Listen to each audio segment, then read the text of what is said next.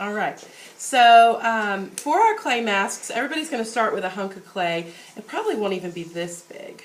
So I'm going to put some of that away and have you start on the mat by just getting this ball of clay nice and smooth first. So you can roll it, but I always like to pat it in my hands with like a curved hand. And as I'm doing that, I'm watching the shape of this sphere become more smooth and sphere-like. Does not have to be perfect. Let's all remember that. There are going to be little cracks and things that you can smooth out like this, and then go ahead and get started with rolling it into what we call a slab. A slab of clay is just a flat kind of slice of clay, and we're going to have to roll it out that way. So it's almost like a cooking show. But when I roll it, I just roll the top first, nice and flat, and then I flip it. Do you see that wet spot? If I keep rolling and flipping in the same spot, it could pick up some of the surface and get on your clay. So we're just going to roll and flip little by little. You can go over the same spot a little bit, but just don't. If I were to constantly roll and roll and roll in the same spot over and over again, it could get too wet. Because as we know, clay is dirt and water mixed together. It's mud. So I'm not using all of my muscles to roll it each time. I'm just being very light about it because I want to roll it out little by little. And do you see I'm flipping it in different directions? Sometimes I go like this and it becomes longer as I roll it. Sometimes I flip it sideways like this and it becomes wider. So I'm getting this oval that actually looks like an egg or the shape of a head. This thickness is a little too thick. We want it to be kind of like a pancake, a little bit flatter than this. So I'm just going to roll it a few more times. Just remember that pattern is roll and flip. And don't push too hard on the end or it'll smash it too flat. Usually when I get to the end I kind of let go because I don't want to smash it down. This is good. So I'm just holding it in my hand to prepare for putting it on the mask. These masks are plastic and this will stick to that after a while, and then you'll have to like peel it off and it'll ruin it. So that's why we get these bags and use them as a recycle thing. And I just put the mask mold in the bag and tuck it in here. And then I like to get a Sharpie and write my name right here. Will one of y'all get me a Sharpie, please? So right along the edge where you can see a smooth part, you'll just put your name, thank you, and your class name, and y'all are 5C. And of course, if you're in the E class, you can add that. And then this is ready to go. And basically, we just lay this on top and just slightly press down.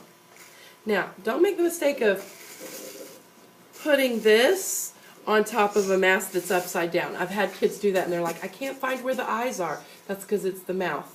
So you really have to look at this and see there's the eyes, nose, and mouth right there. So make sure that you get it on there the right way. I've seen that happen a few times. Y'all notice how there's extra up here hanging off the edge and down here? Now it's time to cut. So you can use any tool. You can use one of these little clay tools. These kind of have a slicey kind of edge, or even a point like this will work. And basically, you hold it in place, and then you really make sure you're cutting all the way to the plastic mold. And once you slice that, it'll just come right off. Okay? You can use that as a mouse or whatever. I'm just going to save it. And then I'll smooth that out a little bit. Don't take too much time with that. I can see here that there's a little bit extra chin, so I'm going to take that off too, and there's a little on the side there. I'm just going by my eyes, what I think is a nice oval. And I have to think that this is going to be hanging on a wall eventually, and so if it's too far back, it might stick out further than I want it to, so I just want to trim it as I see fit. for how far I want it to stick out and all of that. And this looks about right to me. Smooth it out. And now, remember I said it's hanging on a wall. I need to make a hole. So a straw is very handy for that. So again, hold it in place and just poke a hole in the top. Not too close to the edge. If it's too close to this edge, it'll break there. It'll run the risk of breaking there much easier.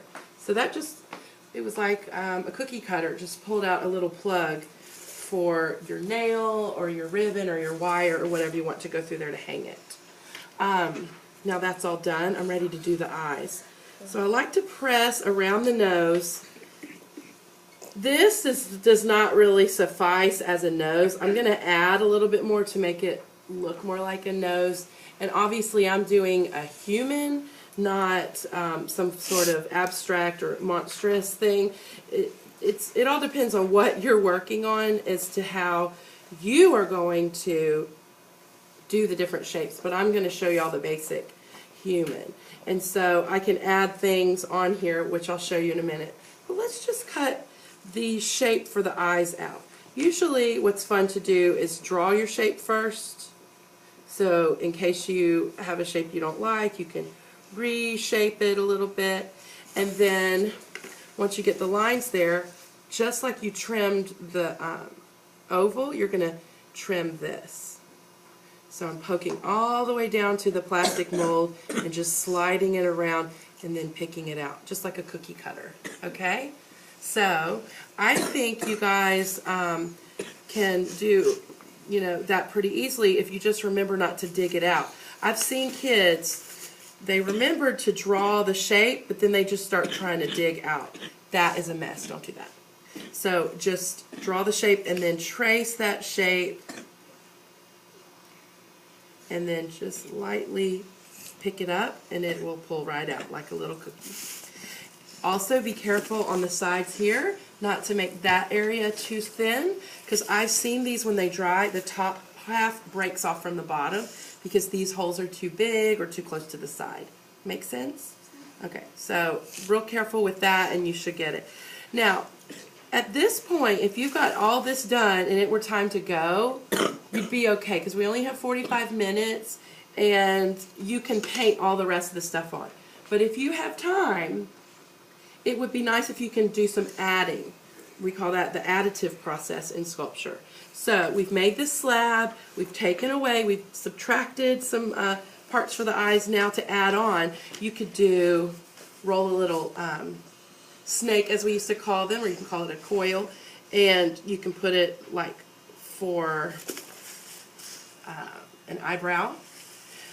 But what's going to happen when this dries? If I just stick it on there like this, It's gonna fall off. it's going to fall off. So what do I call it? Scratch and score. Slip and score. It is scratching. The scoring is called scratching for some of us. So I score this, and I score it on here, and then I add some water. Some people use a toothbrush. There's all different ways that you can scratch up the surface. An old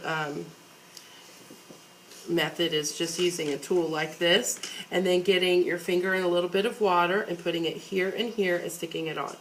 We didn't get our water. So I'm just going to stick it on without water. So instead of two surfaces that are flat coming together where they could easily fall off when it's dry, we've kind of scratched it up, and when they come together they kind of lock when they're dry, and so it's really hard for that to fall off. Yeah, kind of like Velcro, exactly. So this would be something that you added on. It's additive.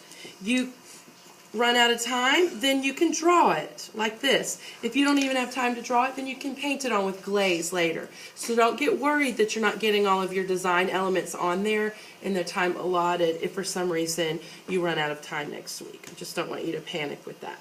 Another important part is to build up this nose. We've got the bump, but we don't really have the shape. So a lot of times I will do a few spheres, and I'm not going to slip and score these because they're going to get blended in. So it's like 3 ice cream scoops is how I like to think of it. There's 3 ice cream scoops. Can you see that? And then I'm going to use the last piece as my ice cream cone. I kind of rolled it into a cone shape.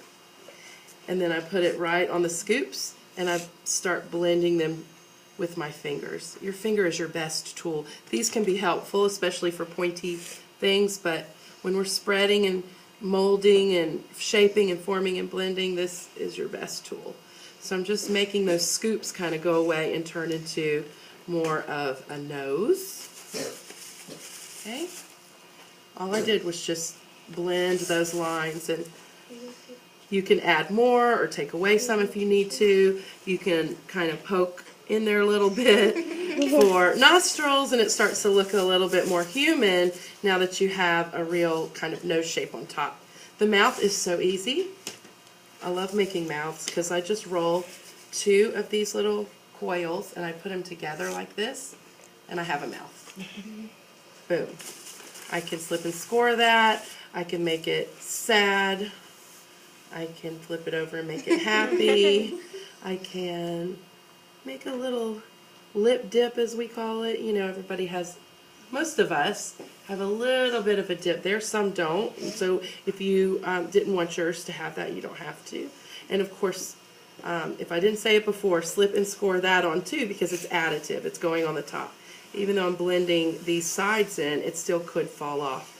I would recommend slipping and scoring under there. Now, if you want to add any other details and there's time, you can do that. Like simply a star, or even a sphere. I'm doing a heart. I just kind of formed that by splitting the top of a sphere, and then I would slip and score that on top there. Things like that would be extras that you can add at the end if there is time. So there's some score. We're pretending to get water. Slip, slip, slip it up. Really kind of work it in there a little bit, and then that's something that you could paint later. If you didn't have time, though, remember, all of that could be glazed on, and this is ready to go. So are there any questions about the process?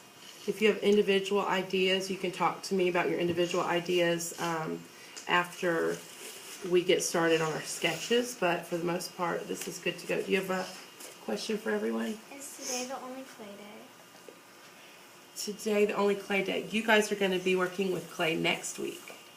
Yeah, because you wouldn't want to just have about 15 minutes work with clay. You want the whole 45 minutes. So next week will be the 45-minute time that you have. Yeah. Okay, thank you.